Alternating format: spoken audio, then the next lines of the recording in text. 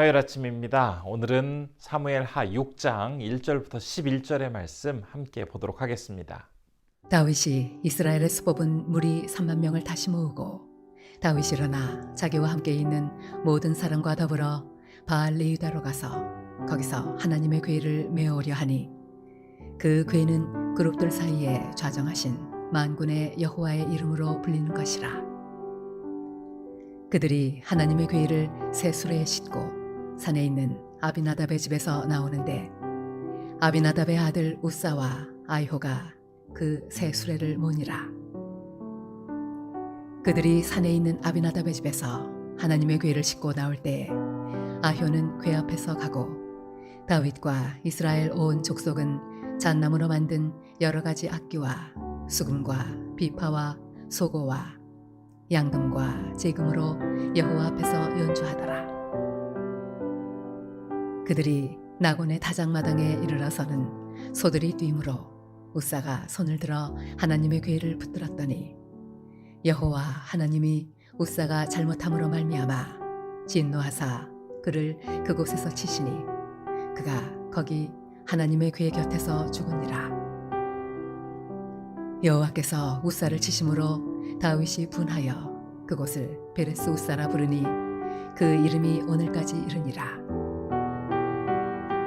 다윗이 그날에 여호와를 두려워하여 이르되 여호와의 궤가 어찌 내게로 오리요 하고 다윗이 여호와의 궤를 옮겨 다윗성 자기에게로 메어 가기를 즐겨하지 아니하고 가드 사람 오베데돔의 집으로 메어 간지라.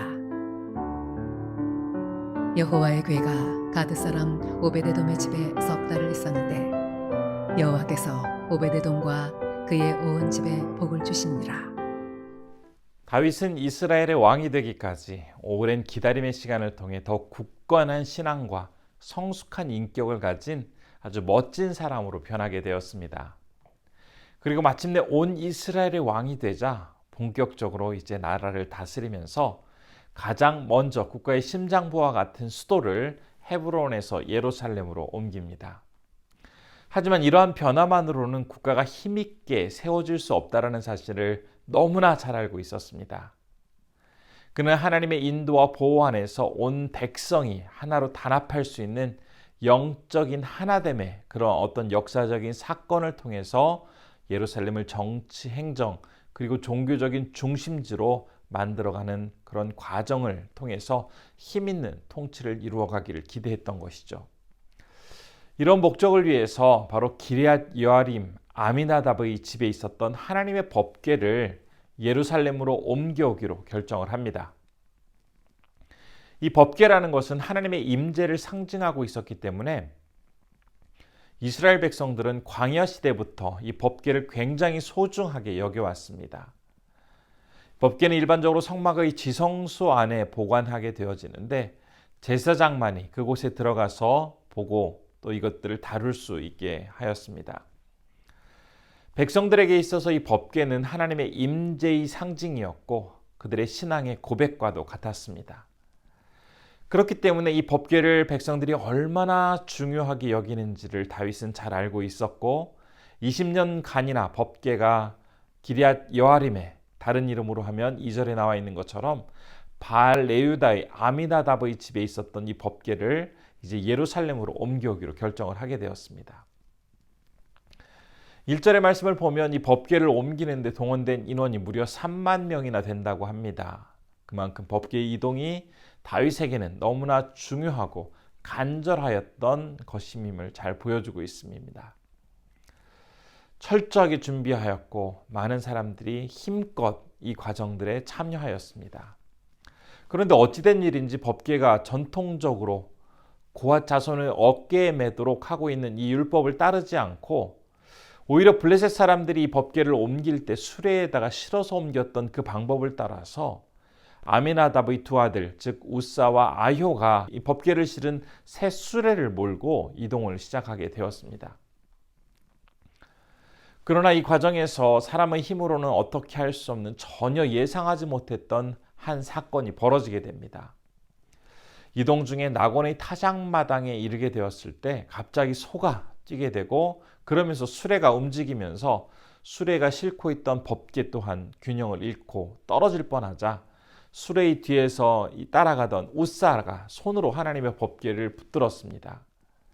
그런데 안타깝게도 그 자리에서 웃사는 목숨을 잃고 말았습니다. 지금 법궤를 옮기는 과정을 쭉 보면 그 과정에서 의도적으로 죄를 지으면서 고의적으로 악을 행하는 사람을 딱 찾아볼 수는 없습니다. 지금 죽긴 했지만 웃사 역시 어떻게 해서라도 하나님의 법궤가 수레에서 떨어지는 것을 막기 위해서 정말 선한 의도로 그 법궤를 붙들었지만 7절에서 하나님은 그가 잘못하여 그에게 진노하셔서 곧 죽게 되었다라고 증거하고 있습니다.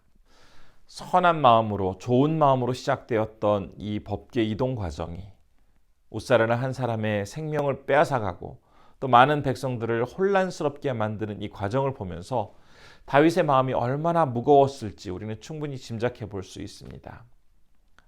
그는 이 과정 속에서 이제 하나님께서 이러한 모습으로는 예루살렘으로 법궤를 옮기는 것을 원하지 않으시는구나 라고 생각한 뒤에 이 법궤를 메고서는 오베데돔의 집으로 옮기도록 합니다. 그리고 그곳에서 3개월의 시간을 갖게 되는데요. 참 놀라운 사실은 오베데돔의 집에서 법궤가 머무르는 이 3개월 동안 하나님이 그의 집에 축복하셔서 그의 복이 아주 놀랍게 그 집안에 임하게 됩니다. 그렇다면 과연 다윗은 이 3개월의 시간을 어떻게 보냈을까요? 그날의 사건을 깜빡 잊어버린 채 어떻게 보내다 보니 3개월의 시간이 지나고 말았을까요? 분명히 이날의 그 커다란 충격적인 사건을 기억하면서 되뇌이면서 과연 무엇 때문에 이러한 일들이 벌어지게 되었는지 그는 곰곰이 생각해 보았을 것입니다. 왜 법궤를 옮기는 과정이 실패했을까? 웃사가 왜 죽었을까? 그 이유를 알기 위해서 그는 말씀을 다시 살펴보았을 것이고 그 말씀 안에서 결국 이유를 발견하게 됩니다. 바로 하나님은 당신의 일을 하게 될 때에 그분의 방법대로 하기를 원하신다라는 사실을 깨닫게 되었고 그 사실을 깨닫게 된 이후에 이제 그 말씀에 순종하여서 다시 법궤를 예루살렘까지 옮겨오게 되기 때문입니다. 언뜻 보면 우리의 생각으로도 잘 이해가 되지 않는 오늘의 본문의 사건을 보면서 과연 하나님이 진정 원하시는 것이 무엇인지를 다시 한번 진지하게 생각해 보게 됩니다. 다윗이 법궤를 옮기기로 결정한 동기라든지 그 과정에서 참여한 사람들의 행동 중에서 정말 악한 일들을 행함으로써 하나님의 진노를 살 만한 그런 분명한 내용을 발견하기는 언뜻 보기에는 쉽지 않습니다. 하지만 하나님의 법궤를 옮길 때에 고앗 자손들이 어깨에 메고 옮기라라는 이 율법, 법궤를 포함한 성물을 만지면 반드시 죽게 될 것이다라는 그 말씀을 그들은 어기고 말았던 것입니다. 아무리 사람이 어떤 행동을 하게 될 때에 그 동기가 선하고 목적이 좋다 할지라도 그 선한 행동이 만일 하나님의 말씀과 서로 충돌하고 있다면 우리는 이 말씀을 통해서 오늘 어떤 선택을 해야 하는지, 어떤 행동을 보여야 하는지 그 답을 분명하게 알 수가 있습니다. 인간의 윤리나 도덕, 규범 등은 사람이 살아가는 데 있어서 지켜야 할 중요한 덕목이지만 이러한 것보다도 우리에게 있어서 더욱 우선시 되어야 할 것, 우리의 판단과 행동의 기준은 바로 하나님의 말씀이 되어야 한다는 것을 오늘 본문은 우리에게 증거하고 있습니다. 다윗은 지금까지 수많은 위기와 역경을 믿음으로 이겨내었던 사람입니다. 그 과정에서 하나님은 놀라운 승리를 그에게 허락해 주셨습니다. 그런데 뜻하지 않게 왕위에 오르고 난 이후에 얼마 되지 않아서 정말 충격적인 사건을 경험하게 되었습니다.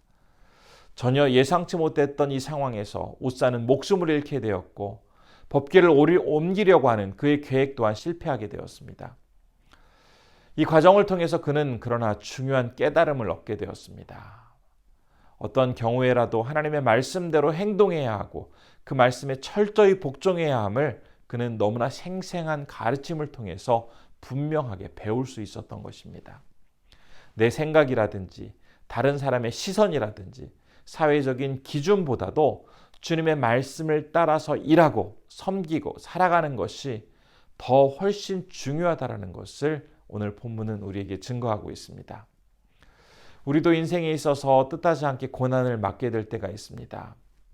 그러면 우리는 그 고난 속에서 과연 하나님의 뜻이 무엇인지를 살피게 되는데요.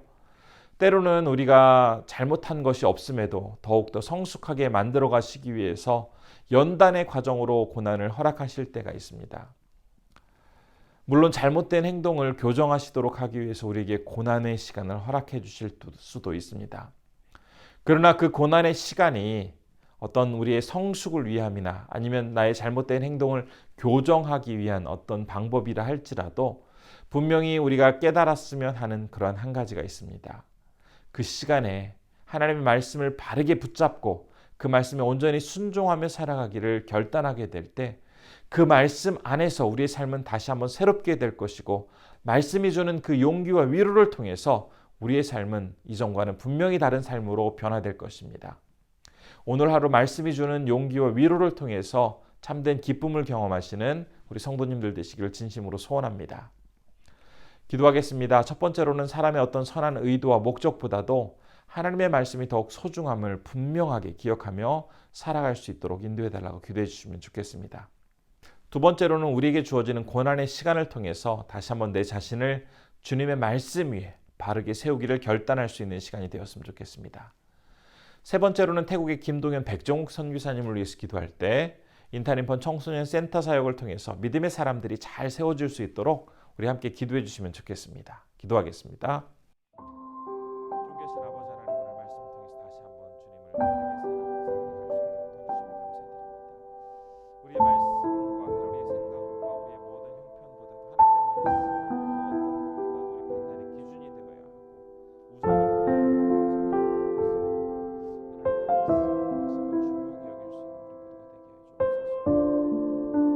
생각과 우리의 모든 형편보다도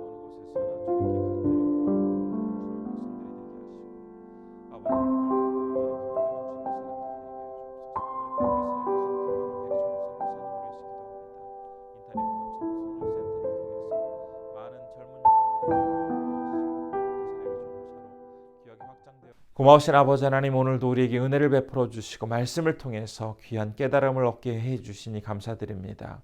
우리가 살아가는 데 있어서 내 생각이라든지 다른 사람들의 시선이라든지 사회의 규범, 참 많은 것들이 우리가 의식하며 살아가야 할 것이 있습니다.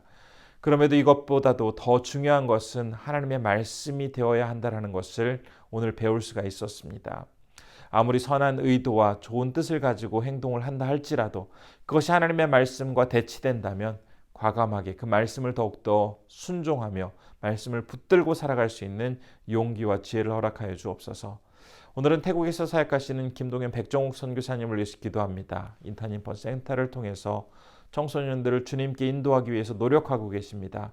많은 젊은이들이 주님 앞에 돌아오게 하시고 그 센터를 통해서 하나님의 사역이 온전히 확장되게 하여 주옵소서. 선교사님의 귀한 자녀들과 가정 가운데에도 하나님의 놀라운 역사가 함께하여 주시기를 간절히 원하옵나이다. 오늘도 우리 성도님들 건강으로 허락하여 주시옵시고 하나님께서 붙잡아 주시고 인도해 주심으로 이 하루 복된 하루가 될 수 있도록 붙잡아 주옵소서. 하나님께만 영광 돌리며 살아가는 귀한 하루가 될 수 있도록 우리 한가람의 성도님들 주님께서 붙잡아 주시기를 간절히 소원하옵고 모든 간구 예수님의 이름으로 기도드립니다. 아멘.